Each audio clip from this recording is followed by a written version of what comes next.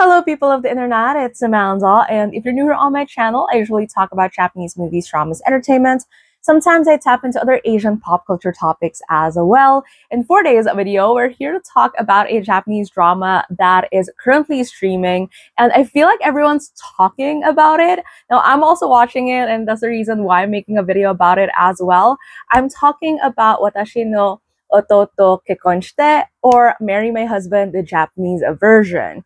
Now, this was adapted from a Korean webtoon, which also had a K-drama adaptation in 2023. I've seen the K-drama version because I've seen Park Min-young's other projects before, and so when I saw that she was starring in this one and I saw it on my Prime Video subscription, I figured, you know what, let's check it out. It was really intriguing because of the concept of, your best friend and your husband betraying you. And that's pretty much the premise of the entire thing. But she gets a second chance and she's trying to redo her life based off of what she knows will happen in the future. And that's pretty much, the concept or the plot of this entire series. When it started streaming, I watched episodes 1 and 2. They released episodes 2 episodes per week on Prime Video, and as I'm making this video, episodes 1, 2, 3, and 4 are already on the platform, so I will just be covering that bulk, and we'll probably do more videos as the series goes on, but it's not gonna be kind of like a per episode type of thing, so we'll see how this goes. But I just want to throw in my first impressions of the drama so far, and just generally everything that I know of the K-drama, and just some thoughts overall. So you know how it is, this channel, if you're new here, we just sit down, chat, just like friends catching up on stuff that we're watching. So if you're into that kind of vibe, then please keep on watching. Now, before I start talking about the Japanese version, let me give you some brief thoughts that I have about the K-drama version, because I don't think I've made a video about this. But one thing that I've always kind of as much as I enjoy K-dramas or some K-dramas, one of my biggest criticisms about it is that the standard 16 episodes, at least for most of them, just feels too long. And that results to a lot of filler scenes, filler episodes. Sometimes they extend the plot longer than it should have. There's some kind of formula in it where episodes 11, 12, and 13 is where kind of the more pivotal moments happen. And then the rest of it is kind of just a slow burn buildup of whatever it is that they want to do for the conclusion. I also think that a lot of K-dramas, while it has its own kind of main plot, it also introduces a lot of subplots involving the other side characters that would have their own arcs, and that kind of fills in the gap to make up the 16 episodes, which sometimes is fun, but sometimes it just takes away from the original plot and it just becomes stale, at least for me.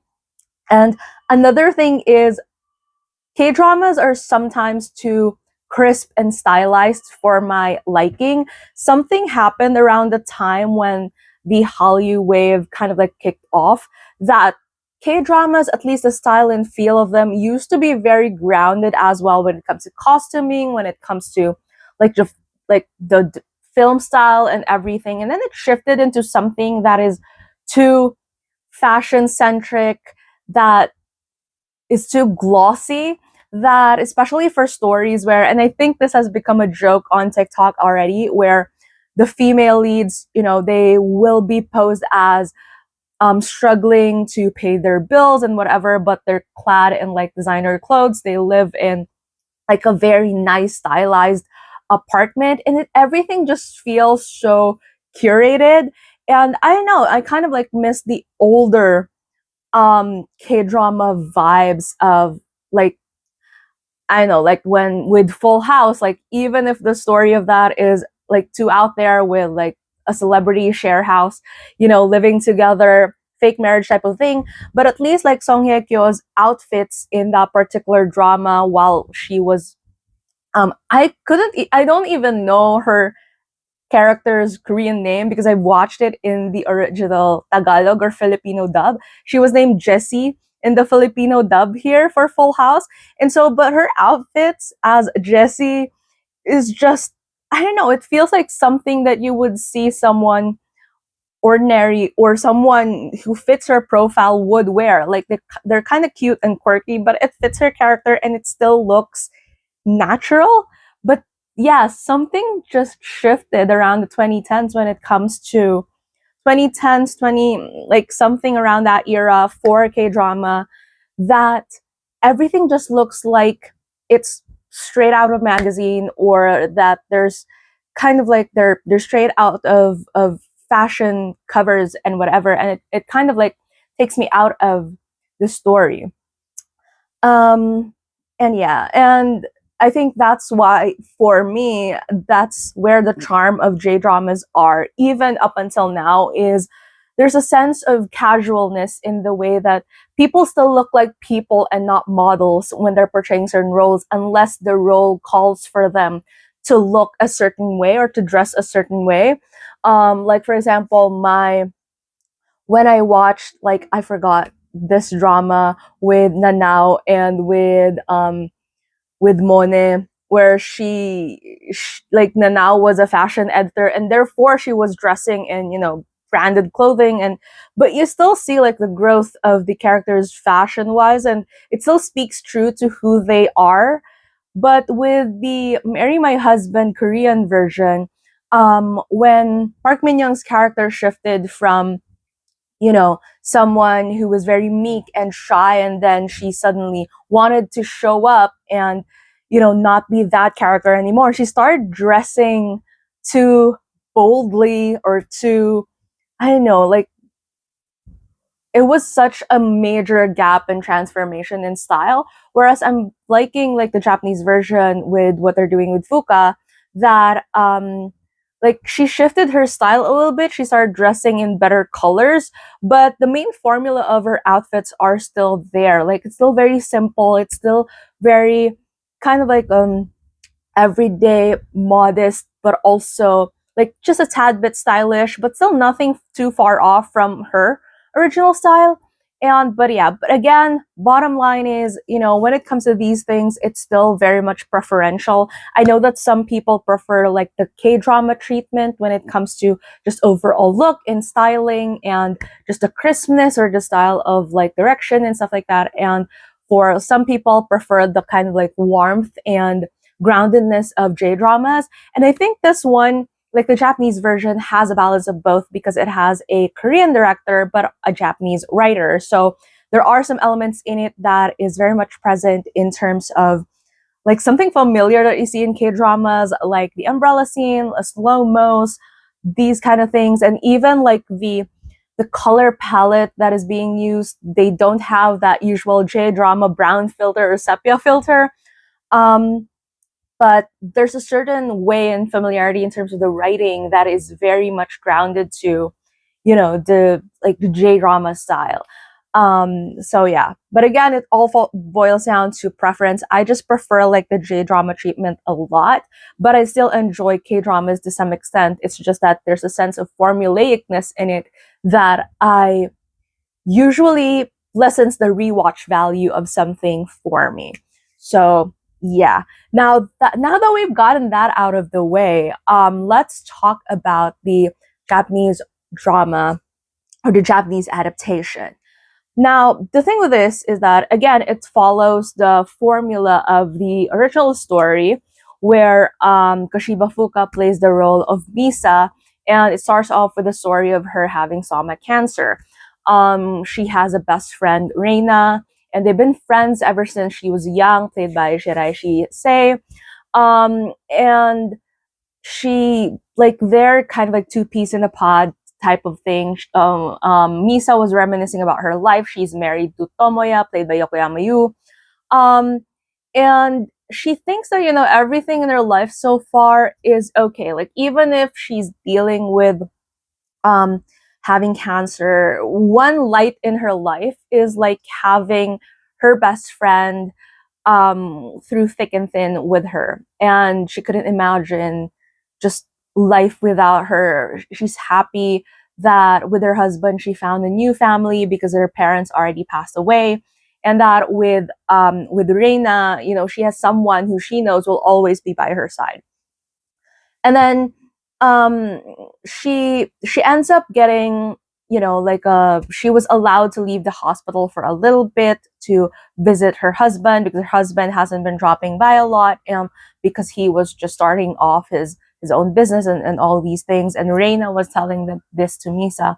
And so um when on her way home, she was struggling to find like a cab to ride in, and then she comes across this cab, takes her home, and brings her like she talks to the cab driver, telling him that, you remind me of my father. He also used to be a cab driver, etc., etc. The cab driver was very, very friendly, didn't take money from her at the end of it, gave her sweets, which is very similar to how her father was as well. And he tells her that she will find people who love and cherish her eventually. And so she comes home and she finds that her husband and her best friend are having an affair, and they were even planning out, and they were even talking about how long she has, um, and how much money they're gonna have once her insurance ends up with them. And so she hears everything. They fight, and they it results to her death. In her final moments, she wishes that she has one more chance, and so suddenly she wakes up on her desk at work, and she was so confused by what she's doing at the office. She ends up like seeing her husband, who was also working in the same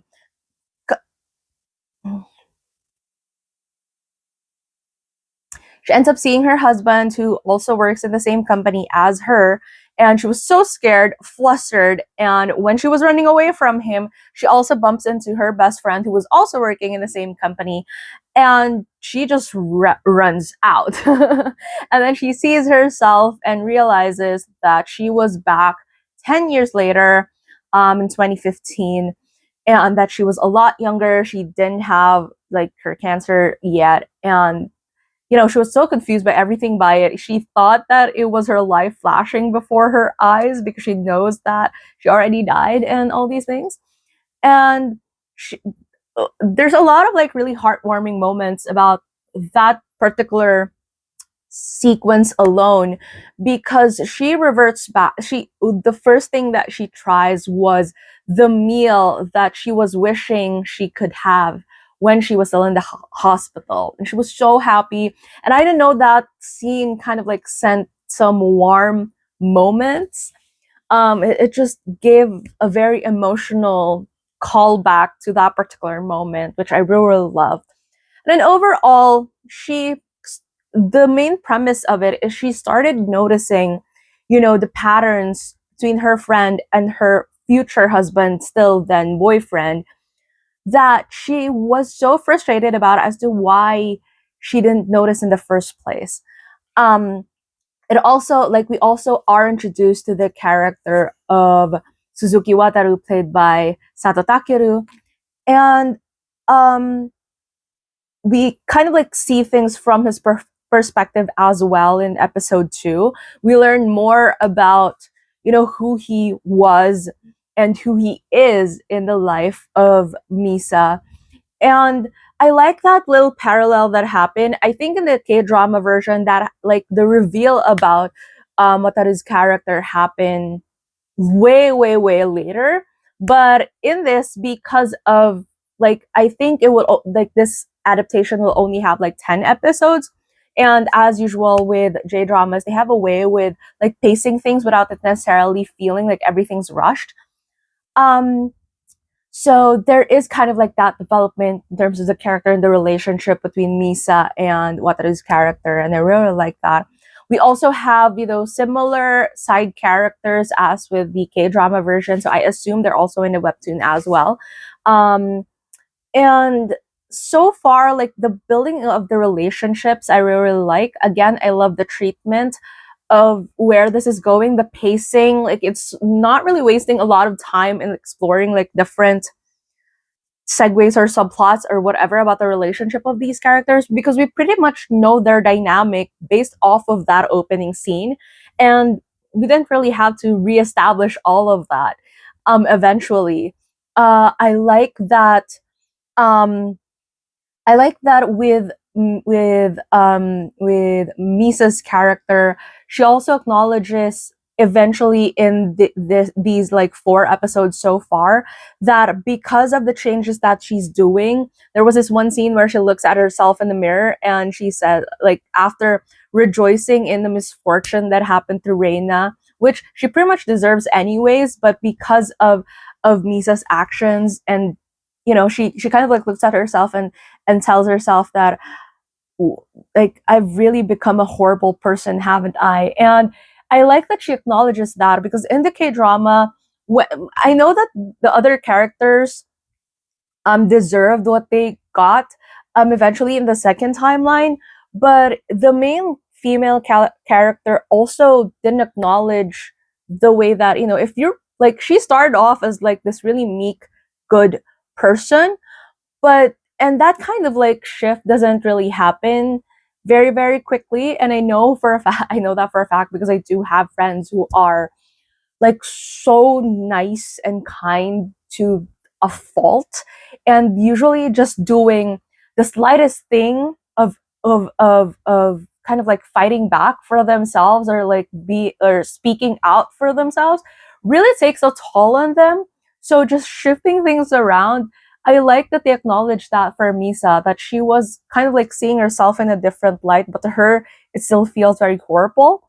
um I love the I love how straightforward Wataru's character is. I like that shift of him just being so sharp-tongued when it comes to, and straightforward when it comes to like certain aspects. I love that they straight up called out Reina for her BS. And I like that they also acknowledged this thing where in the K drama they kind of like always constantly just refer to like the female lead or who she was as this really nice, kind person. But in the J drama, Wataru kind of like called out Misa as well. He said that, if Misa thinks that she's all nice and kind and whatever for taking in the things that, or just accepting the things that other people are doing to her, then she's overall a good person. But that's not being good and kind, that's just being naive. And to some extent I do agree with him. Like, there's just some people who, and I couldn't blame them for being extra nice and kind, but at the same time there's also like a certain level of naivety in that also needs to be acknowledged and called out, because otherwise you're just tolerating that kind of behavior of someone also allowing themselves to be like a doormat for other people. And I like that they had that kind of like confrontation of Misa also defending herself and finally learning from that experience and acknowledging herself that she also allowed this situation to happen to her and now she's not. um Another thing is with regards to the reunion scene. As much as the K-drama version is a lot more satisfying in terms of like just the revenge angle of it, I also like how they did it with the Japanese version of Misa still being very emotional about confronting her classmates. And again, it all boils down to a kind person or a nice person or a person who doesn't really speak out for themselves just because they change their clothes, they put on makeup. It doesn't change it doesn't turn them into a completely different person altogether already. That kind of like personality shift takes a long time in terms of healing, in terms of understanding yourself. And the way that Misa reacted to that entire situation, even with all the changes in her clothes and her hair and her makeup, is still very much true to who she is as a character. And I really, really love that. And another thing that I enjoy more about the Japanese version so far is that the focus isn't really about revenge. I think eventually in the K drama they acknowledge this later on, like past 10 episodes or stuff or whatever, that the female lead was so fixated on the revenge of passing down her fate to her best friend that she just later talks about wanting to be happy, or that her goal is actually like to become happy. But for the Japanese version, I like that even earlier on, the main point wasn't really to exact revenge to these people, but for her to be happy. Like when Tomoya proposed to Misa, the thing that she says to him um is I'll make sure that I will be happy. Like that's what she tells him. And I like that is the focal point of the story at the end of it. Like she's still like just doing things to make sure that people get what's coming for them, but at the same time the bottom line of the role is, or the character is still to kind of like make use of the gift that her father has given her, um to become happy and to make better choices. And I really like that emphasis on that. I also like, and I think this is something that is very evident when it comes to a lot of Asian dramas just generally, but something specific for this one because it's something that I don't think was made in the Korean version, the turtle, Kamekichi. I like that it's a recurring theme, and it's not necessarily just about the relationship of Wataru and Misa, but the turtle itself is also representative of Misa's relationship with her father. Because again, like her father with the origami of the turtle that he gives her, and also like with her relationship with Kamikichi, and the way that she kind of like when her father passed away and she was looking for the turtle at the dried up pond, like there's that connection of that turtle, or the idea of the turtle was her comfort because of, because of how it reminds her of her father. And even when she got rid of all the stuff in her apartment that was from Reina, she was wearing a turtle pullover. And that was also very symbolic of how she's freeing herself. And even like with Kamikichi being with Wataru, it was because, that like her key to happiness is not necessarily being in a relationship with him or being with him, but it was because of having someone who loves her like just as who she is, as compared to, in the previous timeline. What I love about these 4 episodes so far is that again, there's a certain warmth in terms of the interactions between Wataru and Misa that, I don't know, that was just very comforting in a sense. Like it's still very true to their characters, the way that they interact. Misa is a lot more outspoken in front of Wataru as compared to, say, even the other characters in the series, like how she interacts with others. And with Wataru as well, like he's very cold and curt and strict with other people, and that's just his personality in general. It doesn't make him an asshole, which I like. There is a difference between just being very straightforward and very real as compared to being an asshole to other people and being good to your object of interest. And that's not really who he is with like just entirety of it all. He's just very reserved, and Takeru plays into that very well. That there is a certain softness that he reserves for Misa, but for the other people around him, there's still kind of like that. It's more of like an awkwardness and a curtness rather than just being arrogant and rude, which also separates how he reacts when it comes to Reina as well, which I think is that separation between, like the layers of it, even if it's not so loud, is very, very evident. Um, but I think what I love the most so far about this adaptation is the ending of episode 4. Now, I wouldn't really spoil it, but I love that little, I love it. I love little callbacks like that. I love I think I've talked about this in previous videos before, but the concept of a Chekhov's gun when it comes to, elements that are put in there, and they will have a payoff or serve or kind of like a purpose later on in the story. No matter how small they are, there's a sense of element to it that if you put something there, then it has to have a use, especially if you put some focus in it. And I really, really like how that circles back, especially like, with the mikan, with the orange, the turtle, these types of like small elements, and even the umbrella. Um, yeah, like I think these are very smart. If you haven't seen it yet, or if you're doing a rewatch, just pay attention to these little objects, these little kind of like moments, and it kind of like makes the storytelling even smarter and sharper, in my opinion. And yeah, so far so good. I am really enjoying the series so far. And again, I understand it all boils down to preference. Like whatever it is at the end of the day, whichever it is that you like, whether it's a Korean version or Japanese version more. Um, I'm just, I just, even if it's not adapted from one another, it is an adaptation of a similar story. And so I'm really kind of like interested in a lot of like adaptations just in general. I mean, I have an entire series about the whole Hana Yoridango Meteor Garden Boys Over Flowers adaptations before. I've talked about variations of like I've I've done a review on She Was Pretty, the Japanese version, which also stars Koshiba Fuka. And I'm not really averse to like adaptations in general. I'm not that overly critical in terms of cross-referencing materials here and there. So at the end of the day, I'm just saying that, twice the fun, up to you, whichever you prefer.